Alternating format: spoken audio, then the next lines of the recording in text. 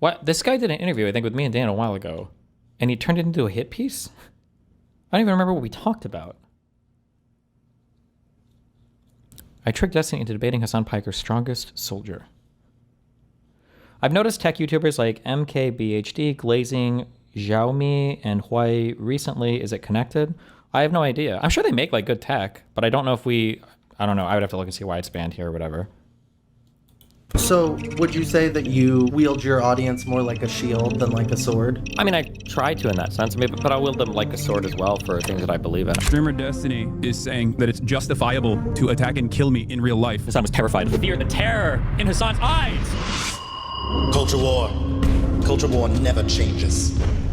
In the year 2025, every community online is at war with each other. When the war comes to me, I have no choice but to defend myself. I'm being invaded by a bunch of fucking commie tankies. Let's go to war, guys. In the online culture war, I am the strongest soldier. Alex Nobel is the strongest Hasan head. This is the strongest Hasan soldier. A warrior sent back through time to stop Judgment Day from happening. But it's getting closer every day. Behind the constant fighting, there's one entity pulling all the strings, stoking the flames of war. One terrible force, dead set on destroying everything and everyone that dares to criticize it. That one force can only be reckoned with if you have two unbeatable weapons. It's debate time.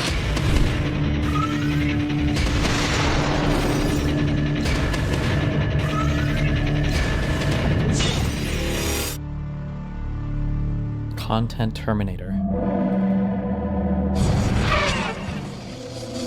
All right, here we go. Debating someone like Destiny isn't easy. How did you get in my room? Not half as many as you, sir. Destiny is basically the liberal version of Ben Shapiro. So when he does actually debate people, it's usually meant to farm clips for his multiple social media channels. This is the legend Destiny over here. You get a chance to debate him one-on-one. So if anybody else wants to come up and debate, you're choosing to do this now after Charlie Kirk was doing it for 16 years or however many years, and that's why you're here trying to imitate the exact same thing. First of all, I would never be so low that I would imitate such a loser like Charlie Kirk. Number one, okay. Number two, okay. I've been doing these events for Charlie Kirk had the balls to talk against Israel. So if I ever wanted to face Destiny in an epic debate of facts and logic, I had to get him in a private call where he couldn't showboat to his audience. I even set him up. I was like, watch this audience. how are you lying about this? Shut up, Destiny. You can also just like ask to do a debate. What is this impression that I would say no? What? You're so shameless, dude. Have had enough with your stupid dog. Who is the video? Who is the guy? I can't do it. Who is the guy? Who is the guy in the top middle? Who is the run? Who is that guy? What's that video of? Who is that? Did he walk away? But Destiny doesn't just get on a private call with anyone. So unless I wanted to pretend to be a teenage girl, the next best thing was to go through his right-hand man, Dan Saltman. Could you push Destiny a little bit to talk to me? I'll tell him that the interview with you went okay. I mean, he's not really worried about people backstabbing him because his community is fucking insane. Like, I don't know if have you ever gone through shit with the community coming after you before? If you know that level of insanity, you know that like of the communities that are like most known for being fucking insane, everyone says like DGG is the worst. I don't think it's the case, but like I don't think Destiny is particularly worried about people backstabbing him because, you know, nobody wants that fucking heat. Yeah. I don't know. This is fucking retarded. I wish my community could give heat, okay? Fuck me, dude. My community has no heat. You guys are losers. You guys are literal fucking sheep fuck. Anyways, but what I'll do is I'll message Destiny. I'm just saying I did an interview with you about Hasan. He's a Jewish guy. He mentioned he reached out to you and said that the interview. Did he tell you that I reached out to him? Did you guys? I think he's saying that any official debate you would have with him, you would just be trying to clip farm him, and it wouldn't be a real debate. Bro, I have more debates with like I debate. It's so bullshit. I understand why I have this reputation is because fucking losers like this. But like, who does this much prep? I wrote like I wrote so much shit. This is a kind, nice, quiet, passive debate on abortion. Like I do so much debate prep for different conversations I have, and I have so many different types of conversations that are some are quiet, some are boisterous. Like it just depends on the thing. I'm not that hard of a person to have an argument with. Know that I like we haven't talked very much because he's just going through some crazy shit right now. So finally everything was set up for me to talk to Destiny, but first he had to reschedule on me 5 different times and then make a cringe yo mama joke to assert dominance before he could join the call. Hello. Oh, I mean, like dude, I had so much shit scheduled and I really didn't feel like talking to her, but I finally did. I guess I shouldn't have. No, I should have. Because I looked at his channel, I was like, fuck, am I doing this right now where I've got 20 million other things going on? But then I was like, fuck it, I'll do it. Jesus, okay, my bad. Oh, hey, what's up? Hold on 1 second. There he is. Okay, I'm here, I'm real. How's it going? It's going good. I appreciate you doing this. I'll jump right in. I won't waste your time. Destiny has been a controversial figure on the internet for a long time now, but recently it feels like things are starting to reach their peak. Not only for Destiny, but for the long-term hate campaign he's been running against 3-time winner of Antagonist of the Year, Hasan Piker. And the Destiny Award for Antagonist of the Year is Hasan Piker. Wow. Good job, Hasan. Fighting hard for that rank one spot. Destiny's community, where he is calling for my death. At what point do we stop? At what point do people in his orbit say, hey man, I think you've gone too far? Since both of their permanent bans on the live streaming platform Twitch, Destiny, along with his podcast co-host Dan Saltman, have intensified their campaign to deplatform or cancel Hasan Piker by any means necessary. Hasan lost millions of dollars because of me. This Jew cost Hasan millions of dollars a year, guaranteed. Tell me, am I wrong or am I right? Because you right, yeah. Yeah, there you go. There, Daddy is saying it's right for you. All right, chat. That's it. And there's nothing that Hasan can do about it except take it like my bitch that he is. Why are we interested? I don't know. I don't even remember the interview I had with this guy. I feel like it was a very not offensive. I don't even remember what we spoke about. So I'm curious how he uses my interview in this. You can't destroy a leftist as a centrist or a liberal. You can only destroy them if you're a slightly different, more extreme leftist. Then you create this division. You know, Hasan and Dan Clancy, you know, being... He doesn't show the actual debate. We don't have a debate. It was like a super non-offensive interview. The dude that they can't destroy, and they're saying you can't destroy him to me, and it's like, I know. Did you not stream the interview? No, he wanted to do it off stream, so I had to wake up early and everything.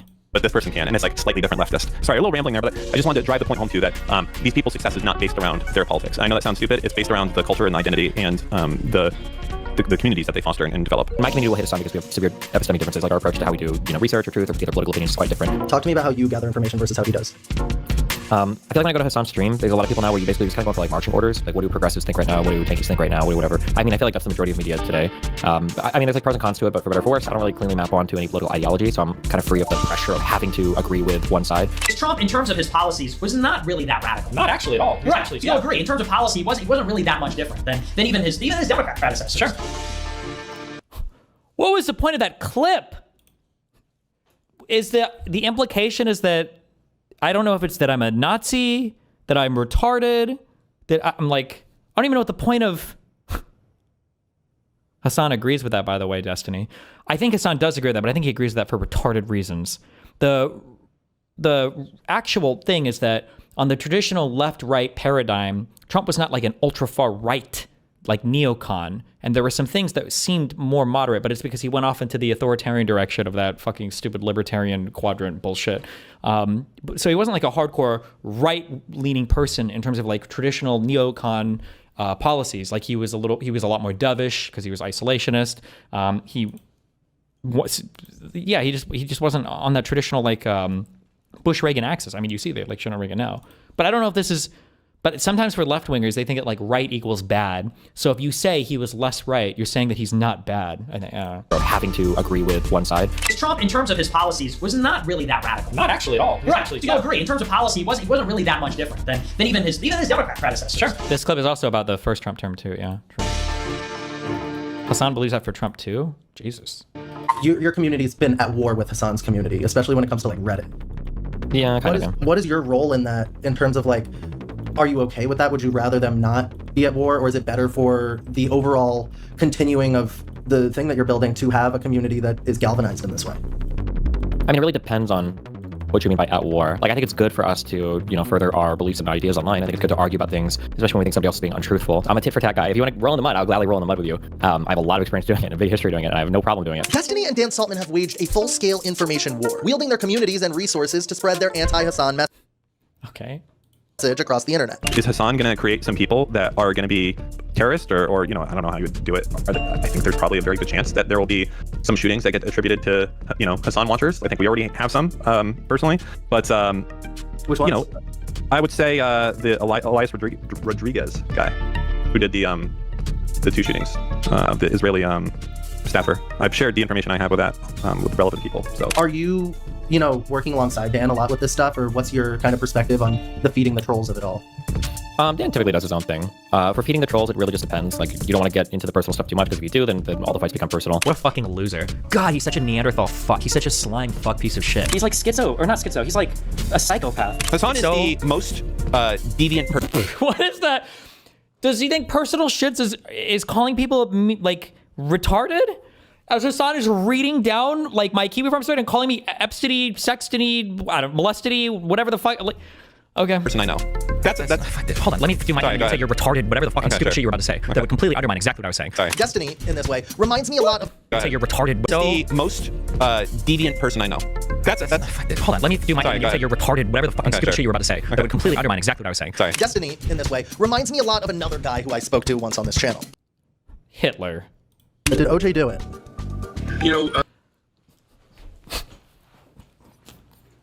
What? Dershowitz? Okay.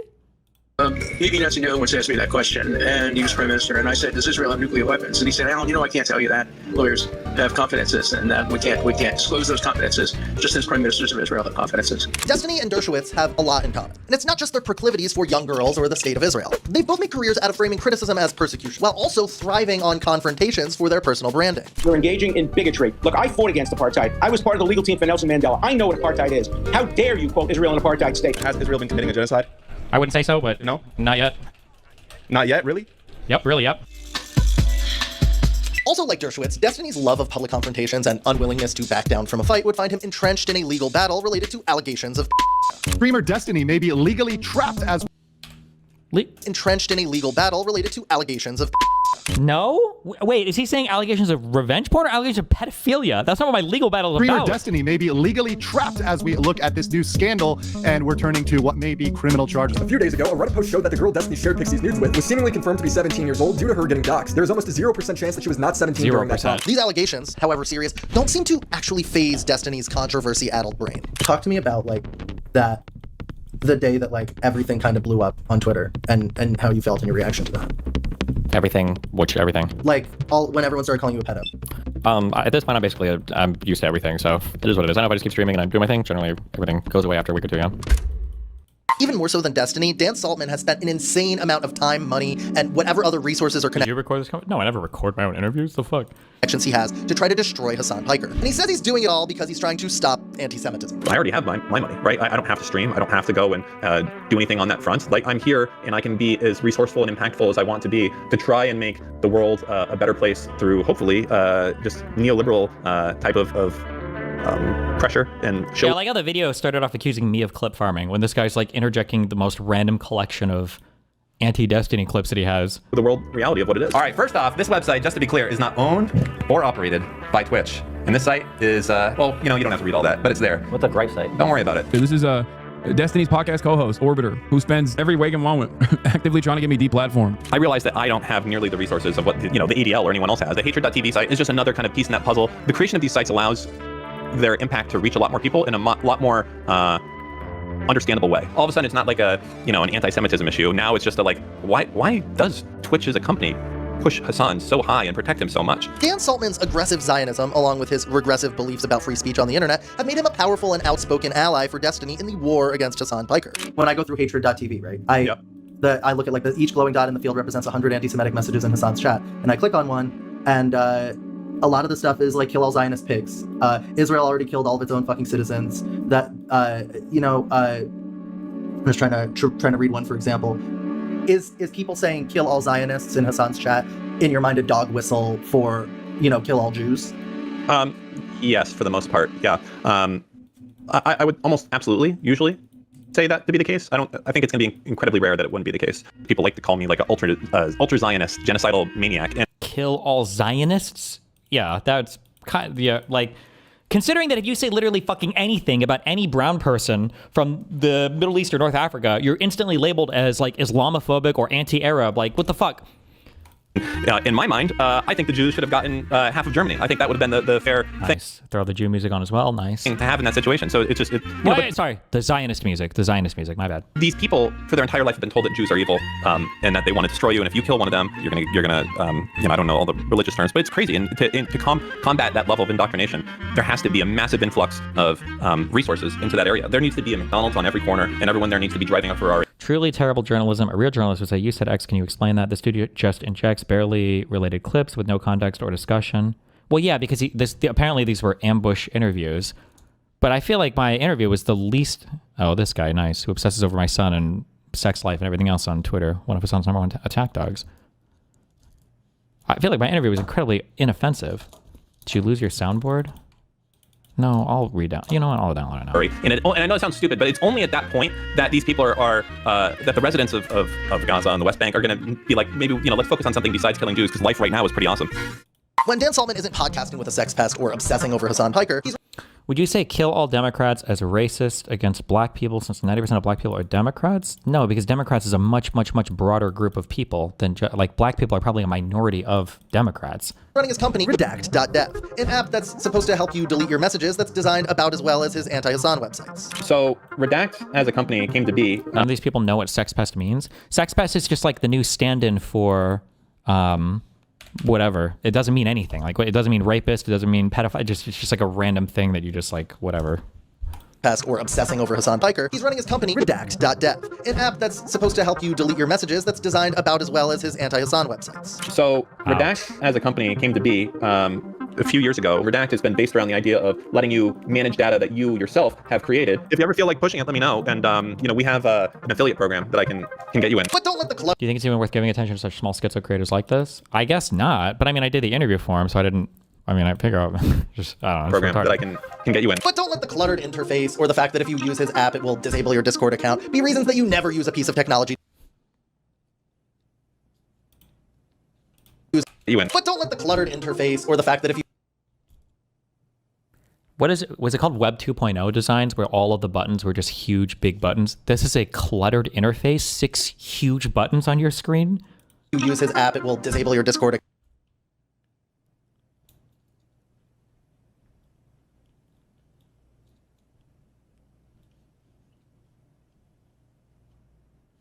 This looks like somebody tried to log into his account from a different. Is this even related to Redact? Okay. Account be reasons that you never use a piece of technology designed by Dan Saltman, because he also created Tiny Chat, one of the first tools that would use to video chat with teenage girls. Okay, dude. On the internet. I don't know if you know this about me, but a long time ago, I created the first Twitch type website that there was. We were bigger than Skype at one point. It was called Tiny Chat. It's called Tiny Chat, and it's the latest craze on the internet. Users need a Facebook, MySpace, or Twitter account to access the site. And once they do, they are instantly connected to millions of people by webcam. Look what he's doing. Some of the chats are fun, just like Tiny Chat advertises. But others show people, and in many instances, minors. We even found teenagers themselves to other teens. He wants everyone to see that? With the budget cuts. Found teenagers whatting themselves? Fucking themselves? What did she say that was censored? Many instances, minors. We even found teenagers themselves to other teens. Wait, what did she say in the broadcast? Wait, what was the bleep for? What? He wants everyone to see that? With the budget cuts everywhere, police departments nowhere is going to have any sort of resources available to even remotely go after something like that. So all those things said, we ran that company very successfully. We built it to exposing. Why would that have to be censored? A huge amount of users. So I do feel very knowledgeable. Do you feel responsible somewhat for creating a monster in that way? No, I don't feel responsible. We just did group video chat, and then people took it to a level that was way more frisky afterwards. You had chat roulette that came afterwards, and that kind of gave everything a really bad name. Beyond all of the shoddy tech and targeted websites, Dan Saltman's biggest weapon is his ability to constantly add his own veered perspective to the narrative. Why I do this is, I think, because I can. After October 7th, I was in a very... I should use this word more, but I don't. I get traumatized from this word narrative. Every time I hear somebody say narrative or narrative control, it's always somebody who is pushing the most insane fucking lies possible to bend everybody to their bullshit story. I've been mind fucked when I hear, because I heard it so much in Distical Server. Lav used to say it all the time in Mr. Girl, and Kiwi Farm says it a lot, controlling their narrative. And every time I hear somebody talk about narrative, they're always invested in telling the biggest lies possible. It's so annoying. Why I do this is, I think, because I can. After October 7th, I was in a very, I felt strange. I thought, can I do something to stop this? And I felt like I could. I felt like, the success that I've done with my businesses, that I should be able to use that to find out. It was smoking weed? But others show people, and in many instances, minors, smoking marijuana and doing other drugs. He wants everyone to see that? Nice. Okay, good one. Holy shit, good one. I felt strange. I thought, can I do something to stop this? And I felt like I could. I felt like somebody said that's a different clip, moron. Target was way more users. All those things. On teenagers. Wait, hold on. But others show people, and in many instances, minors, smoking marijuana and doing other drugs. But others show people, and in many instances, minors. We even found teenagers themselves to other teens. Oh wait, it was cut. Hold on. He wants everyone to see that. We even found teenagers exposing themselves to other teens. Oh, that is what. Okay. Wait. So it wasn't a third clip. You guys suck. Stop. That's why I can't click your guys' links on stream. I have to vet them myself. Retards. He wants everyone to see that. With the budget cuts everywhere, police departments nowhere is going to have any sort of resources available. I think that I'm going to regret this is I think because I risky afterwards. You had chat roulette that came afterwards, and that kind of gave everything a really bad name. Beyond all of the shoddy tech and targeted websites, Dan Saltman's biggest weapon is his ability to constantly add his own veered perspective to the narrative. Why I do this is I think because I can't. Is this video about you or Dan? Everybody wants to use Dan to take me down or tie me to Dan's crusade against Hasan. But so it's just to try to tie me to this. But I don't even give that much of a fuck about any of this. I don't know.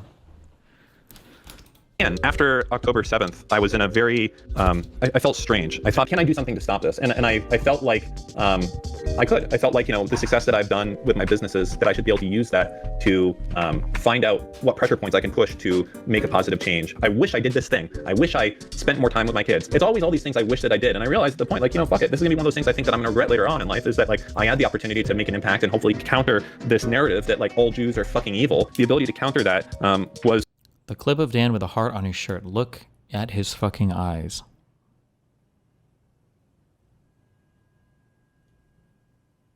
What?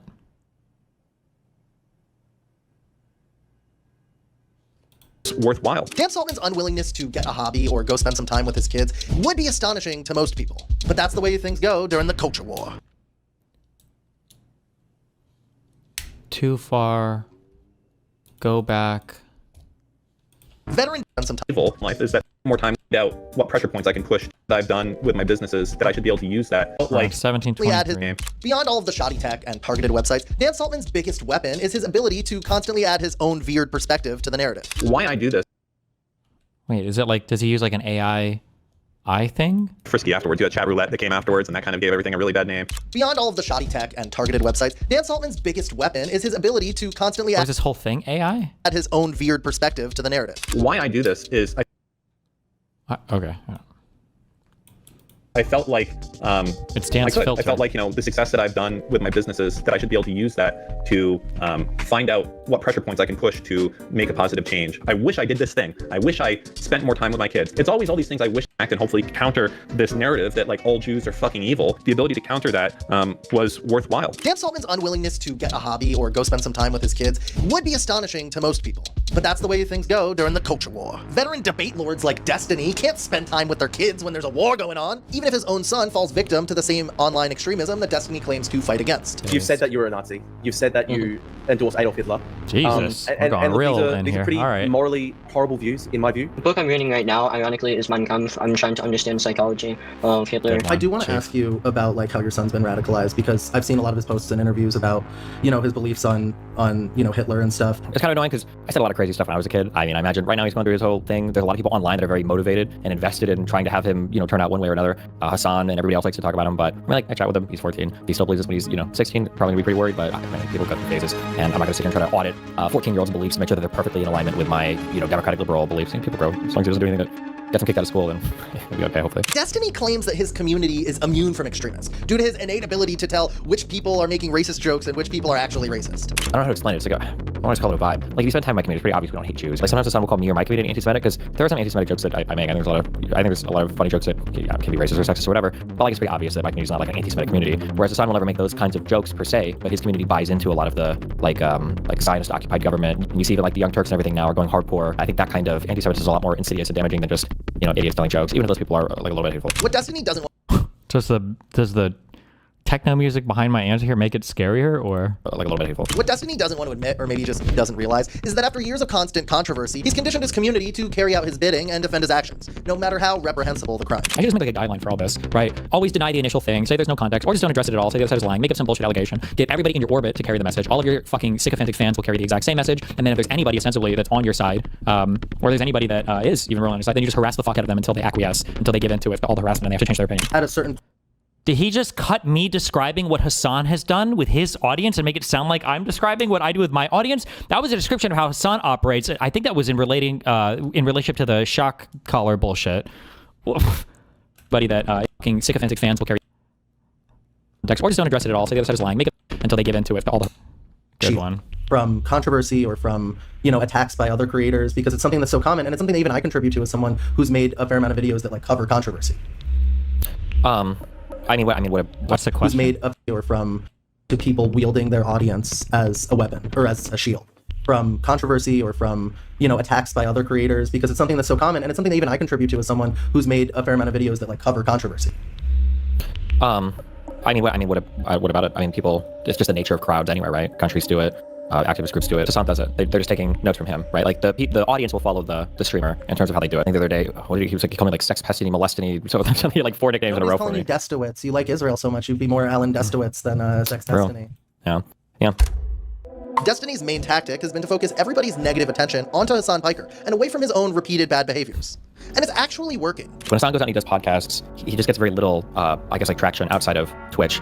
But when I go, my poll will be 5 times greater sometimes. And I think that kind of bothers him. And I think he realized that. So he's kind of been more intentional about trying to reach out at least for mainstream media pieces. Although I don't think he's going to find the success he's looking for there either. He does get institutional support. Hasan does have interaction. That's because of me?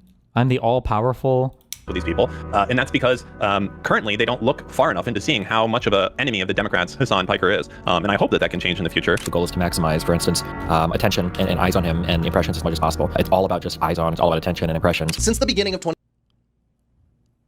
Wait, what am I even talking about there? Hold on, what was the question? The enemy of the Democrats Hasan Piker is, and I hope that can change in the future. The goal is to maximize, for instance, attention and eyes on him and impressions as much as possible. It's all about just eyes on, it's all about attention and impressions. Since the beginning. I feel like that was an answer about Donald Trump. That's what it feels like, because that's what Trump, the reason why Trump shitposts so much on media, the goal is just get attention, eyes on, whatever, to constantly keep him in everybody's mind. I feel like that was an answer about Trump. How much of an enemy of the Democrats Hasan Piker is, and I hope that can change in the future. The goal. I've heard you say that before about Trump, not Hasan. Yeah. Was to maximize, for instance, attention and eyes on him and impressions as much as possible. It's all about just eyes on, it's all about attention and impressions. Since the beginning. I thought you were describing the goal of Hasan's New York Times stuff. No, because that's not Hasan. No, I don't think I would ever say that. I don't think I've ever said that about the goal there.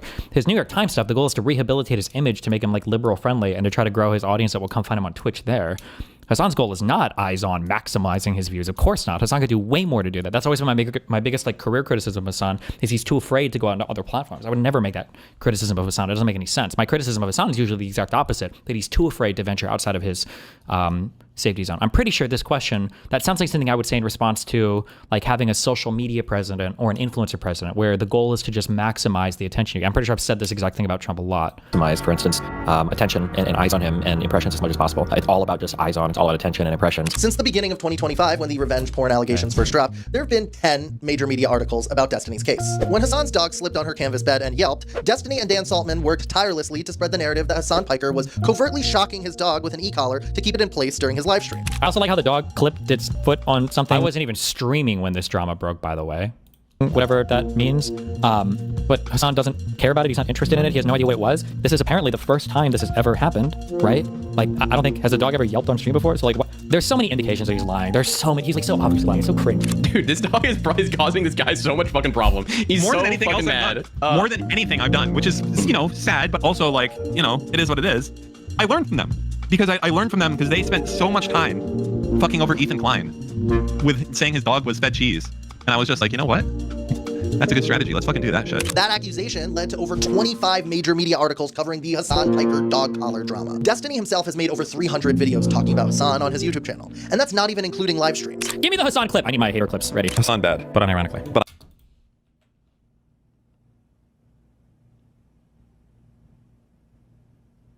Mamdani disavowed Hasan on TV. Does that count? His YouTube channel. 300 and... my channel is like one video a day, or was. So every single day is a video about Hasan? Or are we talking over a period of like 10 years? Like... And that's not even including live streams. Give me the Hasan clip. That's not including live streams? Where do you think the videos come from? My hater clips ready. Hasan bad. But unironically. But I'm worse. It's not fair to chastise all of America for slavery because only 2% of Americans own slaves. Like Hasan would have been part of that 2%. Like that's the kind of person. It's just insane to me. Jesus. Ugh, God, I hate this guy. If you're a trans person and you take any like direction from Hasan, you're actually such a loser. When I was living in LA, me and Hasan actually played a game of horse and I destroyed him. And it was actually from that moment onwards that our relationship started to deteriorate. Fighting against Hasan Piker and his community of radical socialists has become the main goal, not just of Destiny and Dan Saltman, but tons of other creators on the internet. There's a few people in... That's not my main goal, though. Where are you getting all of these debate clips? It's me arguing as conservatives. He wants to go flame me with Dan so badly. there. That's like this battle that's going on, if you will. I guess you could say Asmongold is in there, Tectone is in there. There's always like large communities that are kind of like controlling the direction. My community is a large one. XQC's is decently big. Asmongold's is a large one, and then Hasan's is kind of there. The dynamic right now is Asmongold, XQC, and my community all hate Hasan. So if I say anything negative in that direction, you'll get a lot of traction, but not necessarily because they like me, just because they hate Hasan. Anytime we see a Hasan Piker post, we try to post really mean and rude stuff about him so he cries about it on stream. Yeah, it's a hugely coordinated effort. I think I spend probably over $200,000 a month on bots and Nazis to go and spam bad stuff about Hasan Piker. Okay, good. Okay, so me and you do the same thing. Yeah. Awesome. I do that on Geek. Yeah. I don't have as much money as you, so $200,000 a little bit out of my price range. The concept of a large group of people being against cap.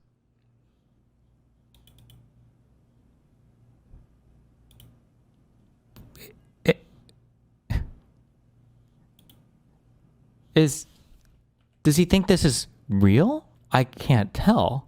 Are we going to do the alumni clip next? In the future, maybe the best thing to do if an interview isn't going to be streamed is record the interview anyway, so people can't do this sort of stuff. I mean, maybe. It's very rare that, like, nobody serious does. I've given hundreds of interviews off stream like this. I've never had somebody do this before. You get a lot of traction, but not necessarily because they like me, just because they hate Hasan. Anytime we see a Hasan Piker post, we try to post really mean and rude stuff about him so he cries about it on stream. Yeah, it's a hugely coordinated effort. I think I spend probably over $200,000 a month on bots and Nazis to go and spam bad stuff about Hasan Piker. Okay, good. Okay, so me and you do the same thing. Yeah. Awesome. I do that on Geek. Yeah. I don't have as much money as you, so $200,000 a little bit out of my price range. The concept of a large group of people being against capitalism is rightfully scary to large creators online who are held up by that same capitalist system. To like Hasan Piker? Those creators, fear-mongering with Red Scare politics and galvanizing your base to go after the tankies probably seems like a very good content strategy. But in actuality, it's just another method in the culture war playbook. Drama is interesting. I mean, the history of the world is drama. What's your favorite hobby? Me? Yeah. I have a standard poodle, and I like video editing. You have a standard poodle, like a dog? Yeah. Okay, I don't know anything about poodle, so I can't make any analogy there, but I've been streaming for 16 years and fighting and arguing with people and conversation is kind of, I guess part of what I do is kind of fun for me. Building your online community up by going to war with other creators and their communities is something that's incredibly commonplace these days. There's a whole news, politics, and entertainment system in place ready to be misused and exploited by guys like Destiny to stop progressive ideas from actually breaking through. But things are starting to change.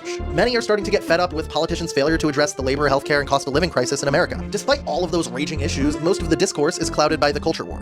In any case, that's where we're at in our culture. That's where we're at in the realm of commentary. And these guys are way too predisposed with silliness as opposed to solving any of the crises that are personally responsible for. And the worst part about it is that for many Americans, they're fine with that. They like it. They're like, no, this is great. This is awesome. Yeah, no, keep me invested in this silly shit.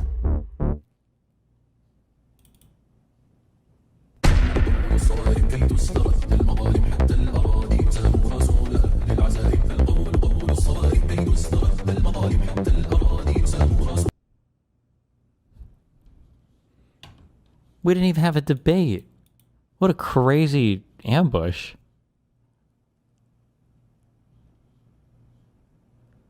When I saw the Terminator and the word tricked in the title, I know it's going to be good. Notify the shit out of me, YouTube.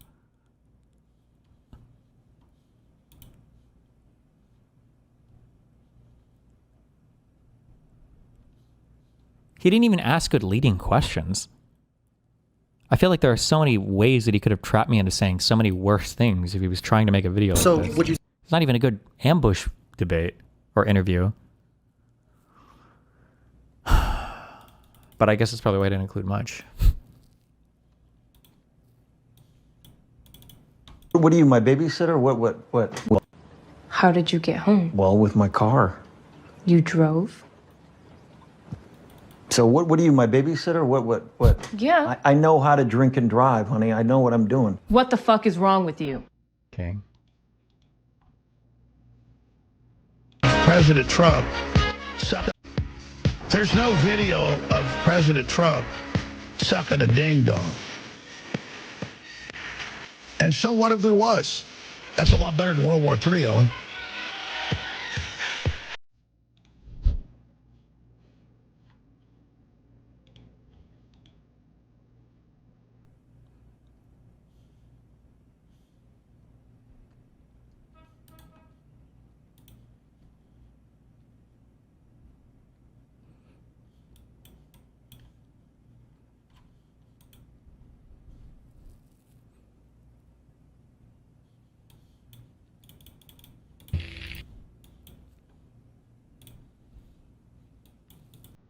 What I would have become without my father's code. They deserved it. I'm not like them. You are. Admit it. I'm like you. No. I know I'm straight. I accept you. How is the audio so fucked up on this clip? Okay. Uh-oh. Greetings, this is Greg. I want to talk about the 2024 Ford Mustang. Why? The one sitting behind me is an EcoBoost Mustang, meaning it's powered by a turbo 4-cylinder. And this particular one, which belongs to Eurocompulsion, it's the business car here, has the performance package, which is an excellent option if you're interested in performance. It gives you significantly upgraded suspension and just top quality brakes. Brembos on all four corners. They're all fixed position calipers and 6-piston calipers up front, 4 in the rear with gigantic vented rotors. It's really a good package. I suspect, I don't know yet because we haven't done it, but I suspect that around a racetrack this car will be right there with a standard V8 powered Mustang. And the sticker price on this thing is over $10,000 less than a comparably equipped V8 car. So it's a good deal. It also gets better fuel economy. It's much less... Democrats would say bad analogy. Do you think saying kill all pro-Palestinians is Islamophobic? I don't know. That's like could be over billions of people. I don't know. That's a hard comparison, my dude. Expensive to insure. I really think that for most people that are interested in the Ford Mustang, this is the way to equip such a car. I'm not also in the West, I feel like most of the pro-Pally things are associated with white college kids now. I really think that for most people that are interested in the Ford Mustang, this is the way to equip such a car. I'm not going to spend a lot of time like other reviewers do telling you what the car looks like. I think you guys are mature enough to recognize that for yourself. The only appearance abnormality, let's call it, are these wheels. I'm not even sure. Can you see these on camera? Yeah, all right. So are these wheels, which are part of the performance package, and there are some other little things that change appearance, but not too much. What I want to talk about is the way the car monitors the driver, or potentially, I guess, anybody in the car. And I think this is pretty interesting. And I don't want to come across sounding like I'm bashing the Mustang or bashing Ford. All the new cars are kind of set up this same way. And in fact, Destiny, is there a reason why you don't ask questions like this in an abortion debate? What if I perfectly communicated my pro-choice and your pro-life understanding of abortion, personhood, and the science of it to every person on the planet, and everyone's subconscious intuition except yours leaned into my position? Would that change your position? Because that's an insane hypothetical. You're basically begging the question at that point. You're basically saying, if everybody agrees with me, would everybody agree with me? Well, like... Destiny, most Zionists in the West are Christian evangelicals. That's... Most people are not referring, generally speaking, to those people when they say Zionists. It's not the common understanding. When people... I know that, like, especially the weird lefty losers like to pivot to that. Actually, Christians are Zionists, but that's not really what people are talking about. It's not really what people mean. It's not generally what people are referring to when they say Zionists. just to be clear that I'm not bashing it, every single person that works at Eurocompulsion has driven this car, and they all say it's much better than the previous generation, and they all love it. It has great performance, it's comfortable, it's economical, the sound system's great. There are just no complaints as far as the operation of the car goes. But what I want to talk about is what I'm going to call the surveillance aspect of the car. And I wrote down a few notes here on a cheat sheet, so I wouldn't get the details wrong. Okay. The owner's manual for this car has over 550 pages. I seriously doubt most people read that. It mentions the word data over 230 times. Okay. And there are several types of data that it monitors, collects, stores, sends to Ford in some cases. And these types of data are, I'm reading from my list, service data, event data, settings data, entertainment data, mobile device data, we're coming back to that one, and emergency call data. Now, the only one of these that it specifically states in the manual, at least as far as I found, remember 551 pages, I could be missing stuff here, so I should say this is all my opinion. But the only one of those that it mentions specifically in the manual that is only going to be triggered in the event of an accident is event data. It's looking at a lot of this other stuff all the time. And again, it can report this stuff back to Ford. I'll give you a brief story here. Recently, about a week ago, we'd had the car for maybe a month at the point. My son called me up and said, Dad, the car won't go over 80 miles an hour. And I thought, well, that's interesting. It's a brand new car. It's totally unmodified. It's nothing we did. It has to be a speed limiter of some sort. And he said, well, we've gone over 80 miles an hour before. Specifically, we've done it on the dyno a number of times. So I started going through the owner's manual and the settings on the car, and here's what I learned.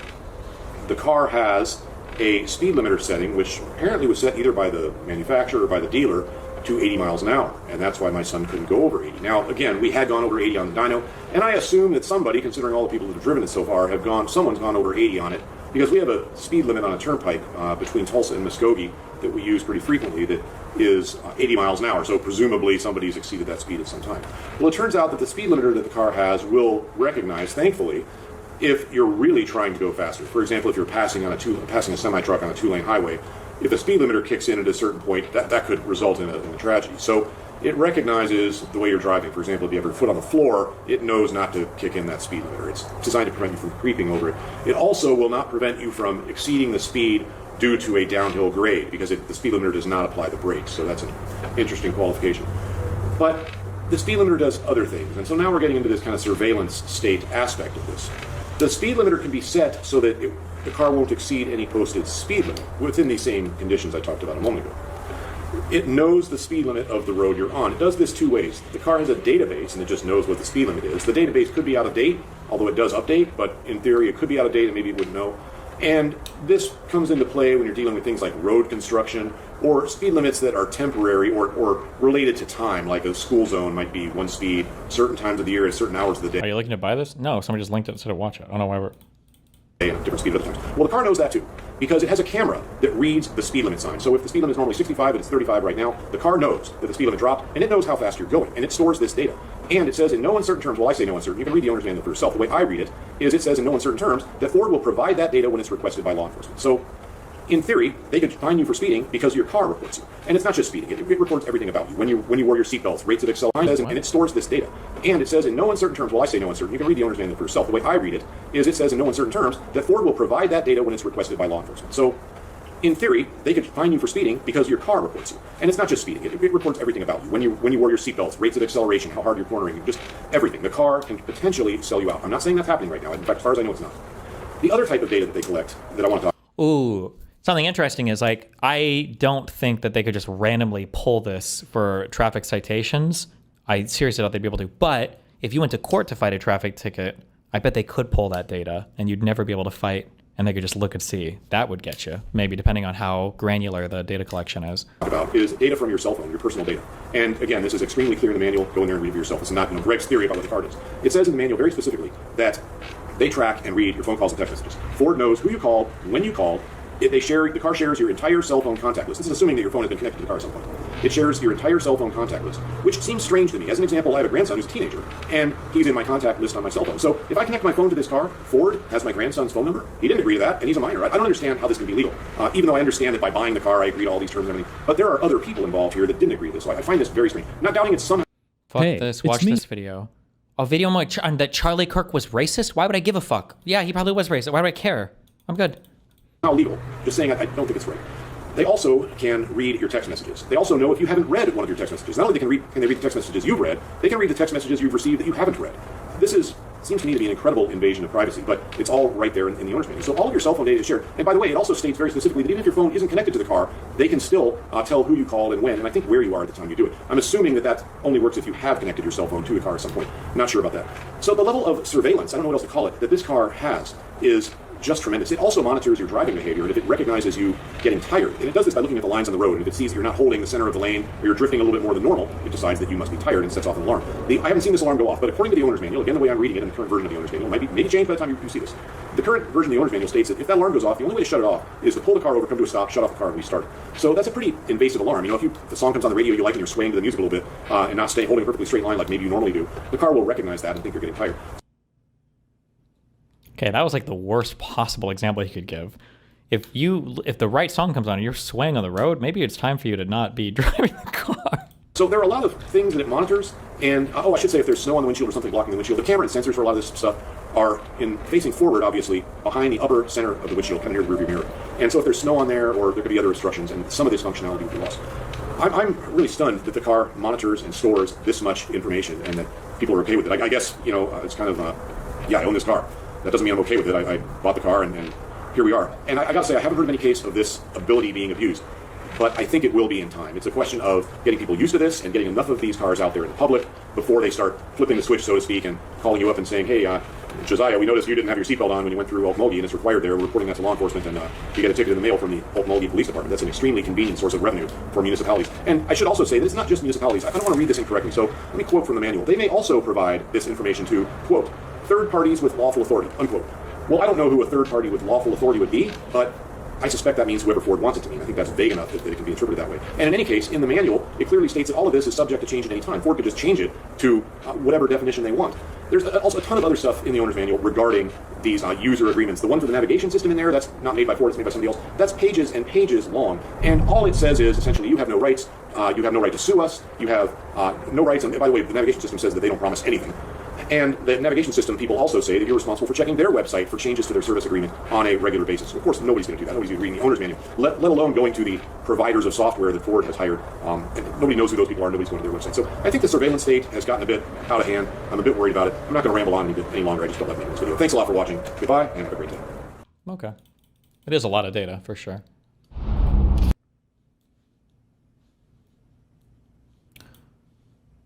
Fern had a much better video on this. This is the Buick Riviera. Oh, should we watch this? The world's first car with a touchscreen. Made back in 1986.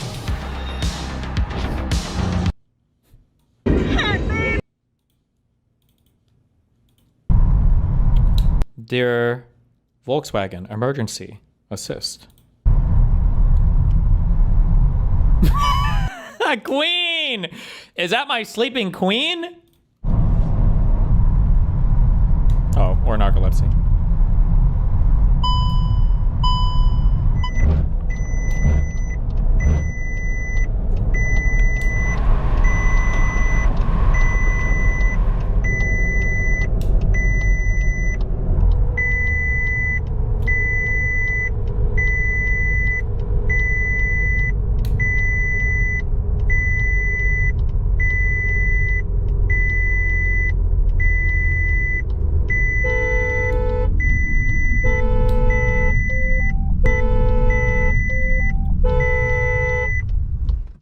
Wow, that's You think he's faking? crazy. Well, if his arm.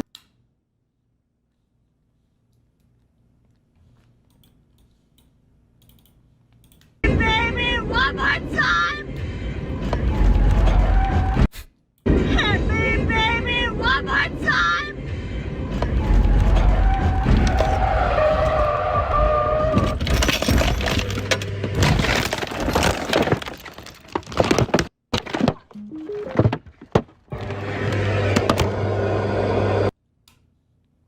Queen?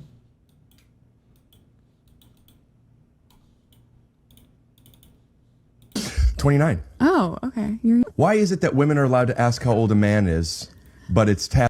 How old are you?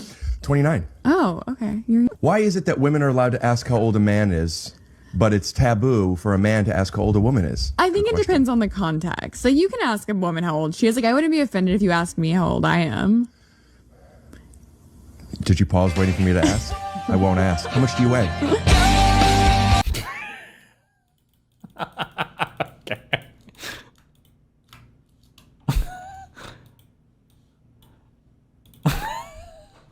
Stop! God damn it. Never nation. It is the single. I feel like all of the people that came to argue with him are like very much not, it's like boring philosophy, like not exciting ones though, like boring philosophy questions. Like, isn't life not exciting if we're not going to die? And it's like, well, why would that be the case? Because I don't know. They'll just feel like very surface levelly. Yeah, I mean, it's Jubilee, I guess. I'm saying something really simple. Right. What would you ask? I don't know what I would ask. I don't know why I would ever oppose this. If there's a guy that's doing a ton of research on how to live a longer, healthier life, I don't know why the fuck I would ever oppose this. The only slightly philosophical ground it assumes he's going to fail, though, is there has to be some balance between healthy activities and hedonistic or fun or pleasurable activities, right? Like there's something to be said for a person who does like fire. What does it stand for? It's something invest and retire early. Fuck. What does the F stand for? Financial, that's it. It's a financial independence, retire early people. There's something to be said for somebody who grinds the fuck out of their life and manages to retire happily at 35, but then has wasted their entire 20s and a lot of their 30s. And now their friends partied and, you know, they can retire, but like, was it worth it? Like there's some balance to be struck there.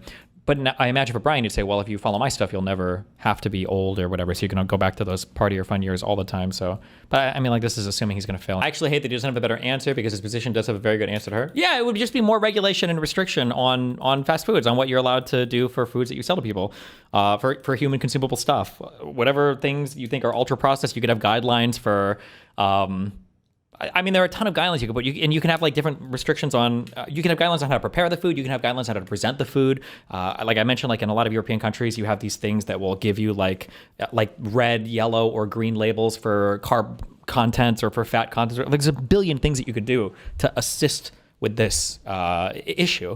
And it is true that, like, hold on, I'm trying not to be an asshole. When people say things, Americans have this very funny tendency, maybe everybody does this. When a thing becomes available to an American, Americans think that life didn't exist before then, right? Like, how do you think that poor people could survive? It's like, you do know that like poor people existed in the United States before fast food, right? Like they didn't die. They weren't starving to death. Like people met, how do you think that happened? It wasn't like 1776, you know, our country's Bill of Rights, Declaration of Independence, McDonald's. Like poor people managed to survive before fast food. Like what? It's like so crazy. And isn't, you know, all over that's like poisoning us. But like, what is the solution for the everyday people working, you know, just regular jobs? Because we don't have livable wages really anywhere in the United States. Oh my God, bro. Who are they? This is such a California coded, Southern California coded fucking, not Southern California, San Francisco had all these types of people too, episode. So I'm here today because I think I can create the first free energy solar powered vehicle with massive solar panels that will make our environment greener. What do you have to say about poor people who don't have enough time to sleep because they're working 5 jobs in one day? Billionaire. I was like, sorry, but you've never been poor a day in your life. I hate these fucking people. They're so fucking retarded. Like, it's the most performative, like, grown-up, rich-ass bullshit you've ever seen in your entire life. Like, you understand that if you banned this restaurant, you know that people who work would just fucking die, right? You know that poor people are too fucking retarded. They would just fucking die, right? You know we'd fucking die. You think you could fucking survive without fucking fast food? You know that poor people would fucking die all over the United States, right? Like, bro, holy shit. Are you okay? Buy some ramen. Get some fucking eggs. Some rice and beans. Oh my God. Calm the fuck down. No, so I think, again, this is not an easy solution. And life is not easy. This is not a situation where like all the answers are right there in front of us. Yeah. But I definitely know I've been through this myself, right? Like I've been the same. Also, you motherfuckers should be the first ones in line to celebrate healthier fast foods. If poor people do have to eat fast food more, it'd probably be better if they were eating healthier stuff. That's better for everybody, right? Why don't rich people eat fast food and poor people eat fast food? Well, one of the reasons might be because having food that's prepared for you and cooked for you is arguably tastier. It's definitely healthier, right? Like, shouldn't this be a thing? Wow, this is like the most non-controversial thing in the world. We should make fast food healthier. What about in the interim? Are you gonna tell people that they can't have their triple Baconator cheeseburgers with a 42-gallon drum of Coke? Or how are they gonna fucking survive and do construction? Oh my God. Easy. This is not a situation where. Oh my God, kill yourself. She's so disgusting. Well, I hate people that wear working class, that wear poverty as a fucking aesthetic. Please off yourself. You're such a fucking spoiled piece of shit. I hate these people. With all my fucking heart and soul, I hate these fucking people so much. Oh my fucking God, I hate these people so much. Oh my God, I hate these people so much.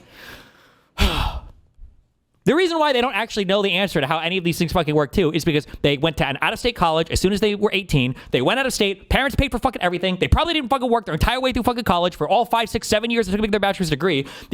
There's 50 million ways that working class poor people solve for these types of things, right? A lot of these people just stay with their family. You just live with your family a little bit longer, or you at least have family in the fucking area that can help you out with shit, or that can cook shit or whatever. Or you have there are a billion different ways that and meal prep doesn't mean that you have to do 17 million hours of fucking research. You can just buy packages of fucking meat and cheese and bread. It's not that fucking hard. Holy shit.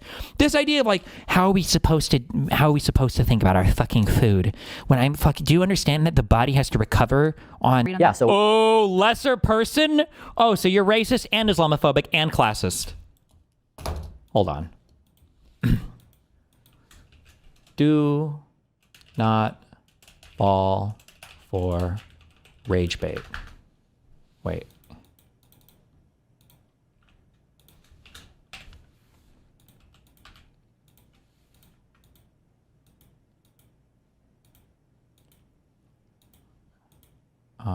Hold on.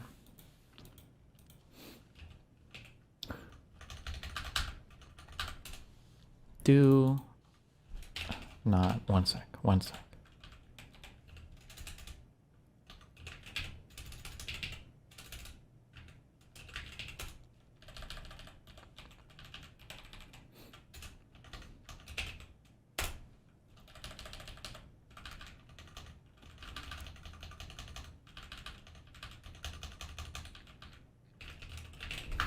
Okay.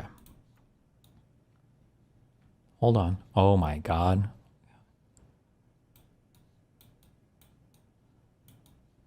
Wait. Okay, hold on. Get ready.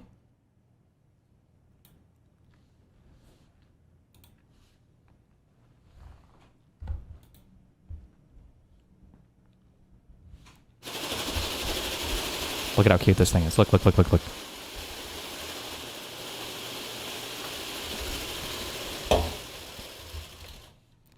There we go. Okay.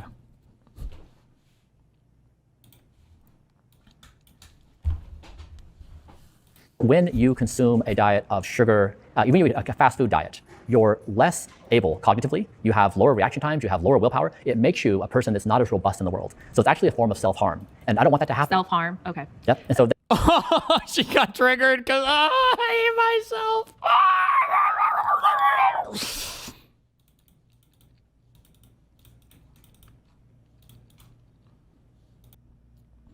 What? 8 years less? Now, is that a recent development? Hold on. Life expectancy, Ukraine.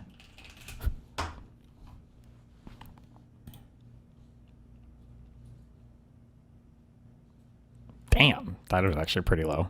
Damn. What are you guys doing over there? Wait, what the fuck? 66.1 years old. Your women live 10 years longer?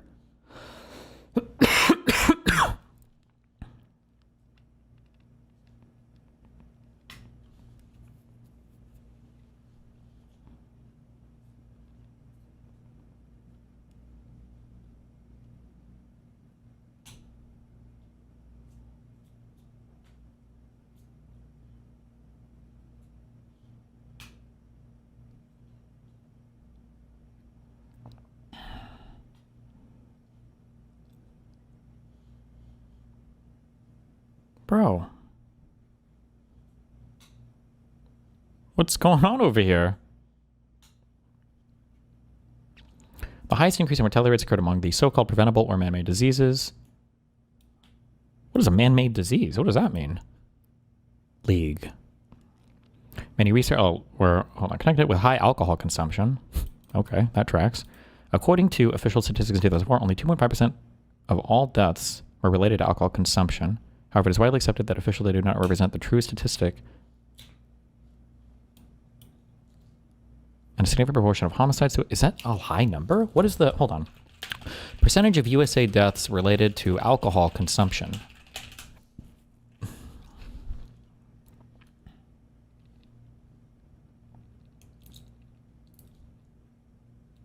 What? That can't... Is that... Wait, what? 10% of deaths among adults aged 15 to 49 costs about 178,000 deaths each year. Wait, what the fuck, bros? There's like 3x gun deaths and car deaths. Wait, what the fuck? Holy shit. This is way more than like fentanyl deaths. Wait, fentanyl deaths annual United States. In 2023, it was 72,776 overdose deaths that involved synthetic opioids, primarily fentanyl. And alcohol is 180K?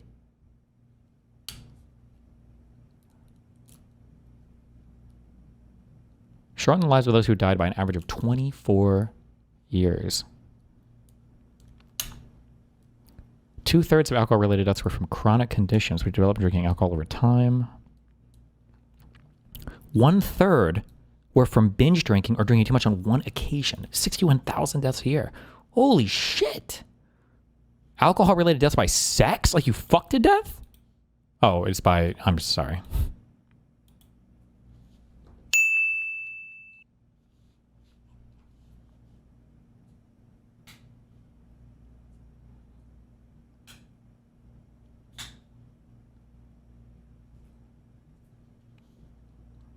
Jesus Christ.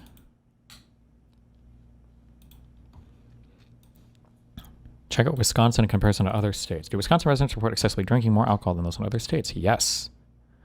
Rank Wisconsin as the nation's drunkest state based on self-reporting, with 25.2% of Wisconsin residents drinking excessively. Jesus.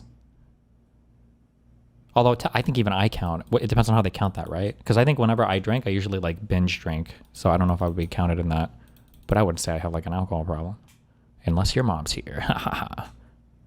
Excessive drinking is defined as adults who reported heavier binge drinking within the previous 30 days. Okay, that's kind of...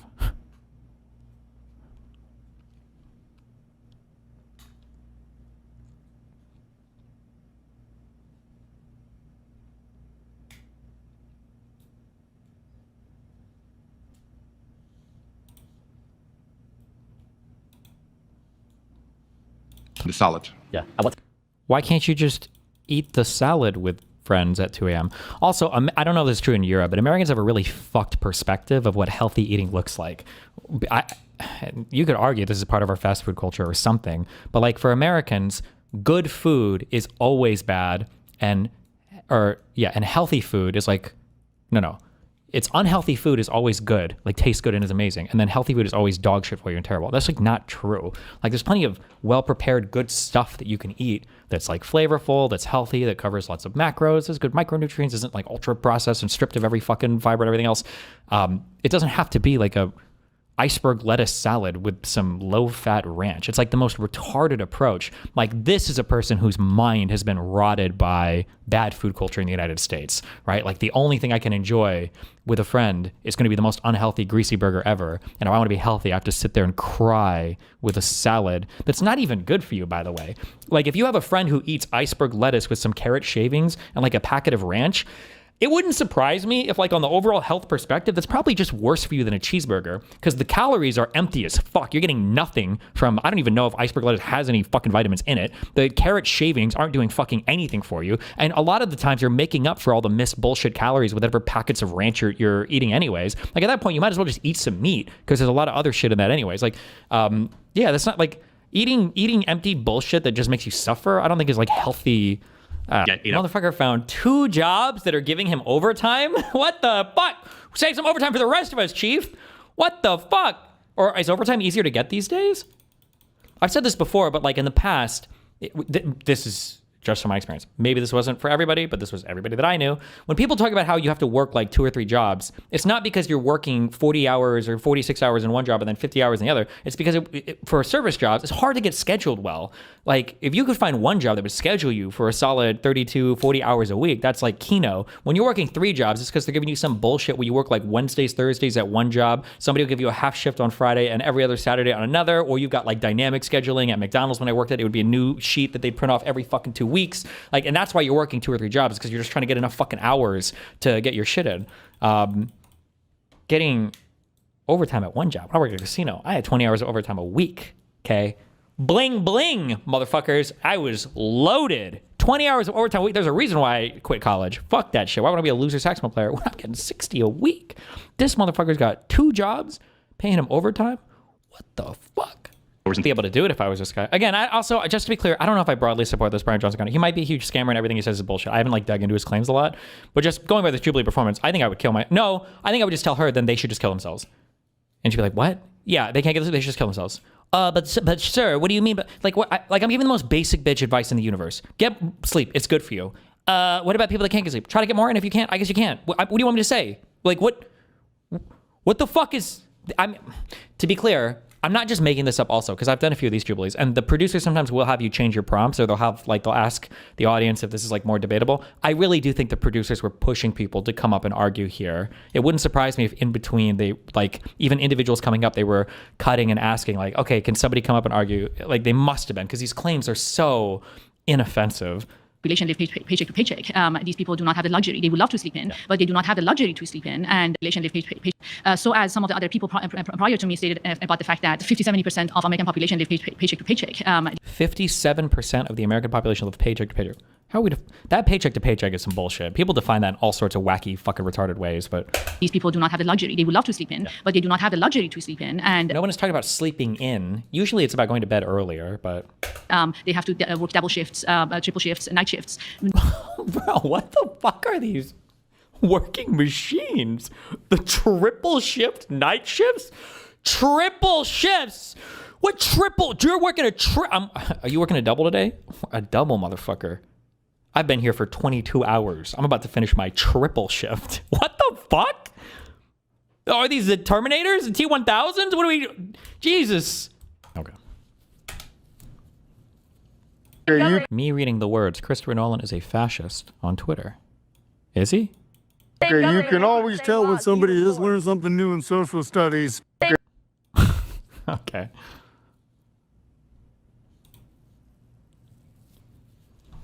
Hasan getting one guide about Saudi Arabia stuff. Wait, what is this? 3 years ago. Let's talk business. You coming to Saudi Arabia with me? Absolutely not. Okay, so should I not go? Because chat's saying that it's this massive, horrible, terrible... Yeah. It is. Your chat is correct. Is it actually that bad? Like, if I... Yes, like Saudi Arabia, the Kingdom of Saudi Arabia is currently engaging in... Here, I got you. You go full... You watch me and I'll go full cam. Wait, why? Why are you doing... Oh, you want... Why'd you send me this? Or why did you post this in chat? Well, that's... Said, bro, you're anti-Arab for real? Like, you really were on streamers' asses that went to Saudi for charity, by the way, and said, oh, Saudi kills Yemen. Like, they do, but it got nothing to do with the charity. Like, also extremely ironic coming from a Turk. True. Wait. Brother, True. they're literally doing it for whitewashing. What do you mean? It's called... There's a term for it. It's called sports washing. Also, what do you... Just listen, because I know a lot of you guys, you see all Arabs are the same. I think the whole China shit hypocrisy, sure. People like Hasan won't like Saudi Arabia because Saudi Arabia are allies to the United States. So Saudi Arabia bad because West. That's why. That's the whole, there's nothing, you don't need to waste time ever analyzing anything else. He's going to hate everything having to do with anything related to Saudi Arabia because of that.